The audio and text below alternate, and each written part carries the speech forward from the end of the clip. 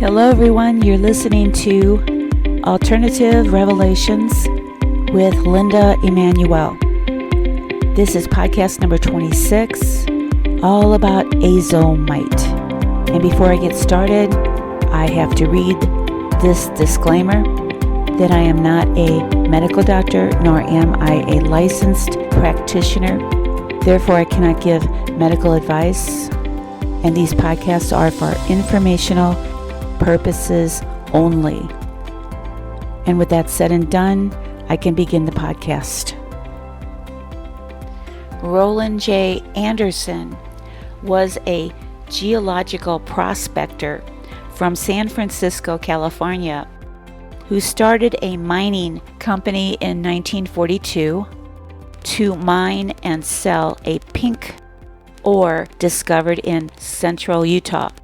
He had heard about the Native American folklore regarding the healing powers of this painted rock just south of Salt Lake City. So he took a sample of the pink rock to the U.S. Bureau of Mines for an analysis, which showed an array of minerals similar to caliche, that's C-A-L-I-C-H-E, and I assume it's pronounced caliche because the CH is not silent. In Spanish, caliche rock is only found in Chile and Peru. Now, experts believe that caliche rock represents most of the world's source for nitrate. Now, I'm going to read you some definitions before I go any further. Now, this is the definition for caliche rock. It's spelled C-A-L-I-C-H-E. Caliche rock is a sedimentary rock made up of calcium carbonate and is used to build structures. Caliche binds materials such as gravel, sand, clay, and silt. And the Spanish translation for caliche is lime. Now, the definition of calcium carbonate is it's a chemical compound and is the main component of marine organism shells, snails, pearls, and eggshells. Now, the definition of nitrates, which AZOMITE contains, the pink rock contains. Nitrate, a source of nitrates in the human body, comes from a leafy green foods such as spinach. Now, according to Wikipedia, it is now believed that dietary nitrate in the form of plant-based foods is converted to nitrite. Nitrite and water are converted to nitric oxide. And if you remember from a previous podcast about heart disease, nitric oxide is created or manufactured by the endothelial cells to relax the blood vessels, and it turns arginine into nitric oxide. And when people eat monosodium glutamate, or they have a mycoplasma infection, which leads to cell death and the release of glutamate. Glutamate hits the bloodstream and is converted to glutamine. And in this process, an ADMA is created, which blocks the endothelial cells from turning arginine into nitric oxide. And when this happens and the endothelial cells are unable to manufacture nitric oxide, they are unable to relax. The blood vessels then become sticky, and this is what leads to heart disease. Also, I'd like to point out that macrophages, when they are fighting a pathogen, they release nitric oxide to kill the pathogens such as mycoplasma.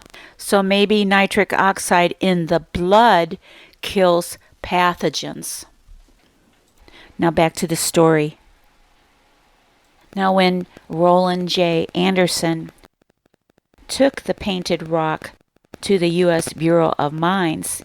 The assay showed that the painted rock contained 70 trace minerals, which prompted Anderson to name his discovery AZOMITE, which is an acronym for A to Z of minerals, including trace elements. AZOMITE. Now, AZOMITE is described by Wikipedia as the following. AZOMITE is a registered trademark for a complex silica ore unique to the Utah mineral deposit from which it is mined. When the ash from a volcanic eruption filled a nearby seabed an estimated 30 million years ago, the combination of seawater fed by hundreds of mineral-rich rivers and the rare earth minerals in the volcanic ash created the deposit's distinctive composition. Now, Anderson also believed that benefits derived from nitrates were actually from trace elements, which served as catalysts. He first proved his theory with tomatoes. AZOMITE was added to the soil and yielded healthier and stronger tomato plants, free from worm infestation. It also helped plants better absorb nutrients from the soil. He then tried AZOMITE on livestock and got amazing results. He used it on chickens, which got greater egg production with less breakage.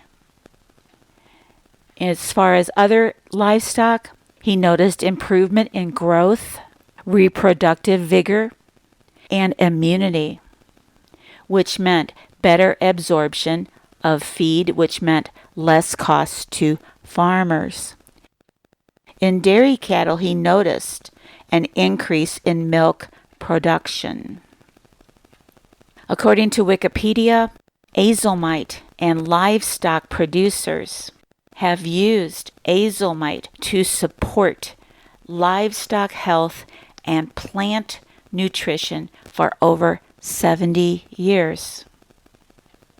Currently approved for livestock consumption, AZOMITE is also approved for agriculture. Now, of course, the FDA has not approved AZOMITE for human consumption. Now, here's a statistic for you. 30% of AZOMITE is sold internationally to over 30 countries. When Anderson retired in 1988, he leased the reserves to the mining company by the name of Peak Minerals. In 2011, the Anderson Company merged with another company and became AZOMITE Mining Products, Inc. Now, AZOMITE is described by many experts or nutritional experts as a superfood. Organic gardeners use it to enhance soil. AZOMITE contains all the essential minerals and trace elements in a balanced ratio. The company grinds up the sedimentary rock small enough that it can cross a cell wall and be absorbed by the cell. And AZOMITE is available on Amazon. And in my opinion, if animals benefit from it, it should benefit humans. So far, it is not illegal to purchase AZOMITE for personal consumption. And in my opinion, this would be a great supplement for your pet, especially if your pet is used for breeding purposes. And I have given this sedimentary rock, AZOMITE, a nickname. I call it the poor man's mineral because it is dirt cheap. And many sellers sell sea minerals in small bottles for close to $50, where you can get the same benefits from AZOMITE at a dirt cheap price. Now, when I came out with AZOMITE in my book and introduced it to a lot of my friends, they really got hooked on it. They take a very small amount and put it in a smoothie or a glass of water with the diatomaceous earth, but they've noticed really good benefits from it. I should have testimonials from some of them, but I haven't done that. But you'll have to just take my word for it. But I really encourage you to investigate AZOMITE. It's spelled AZOMITE. So the next time you go to a farmer's market, you might ask your farmer if they know about AZOMITE. And many of them do and many of them don't. But you might want to just make sure you purchase your produce from somebody who uses AZOMITE, because if AZOMITE isn't in the soil, the plants aren't receiving enough nutrients which are passed on to you. Just a thought there. And it's also good for home gardeners. In St. Louis, you can buy AZOMITE from Worms Way.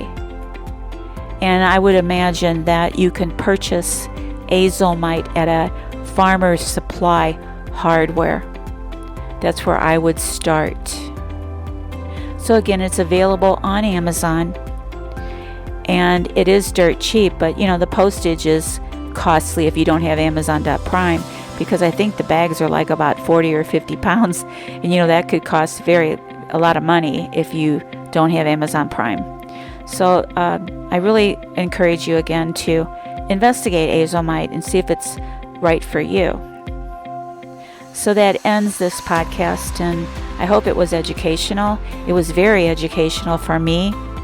I rebuilt my knee in combination with AZOMITE, diatomaceous earth, vitamin C, hemp seed, and I avoided knee surgery.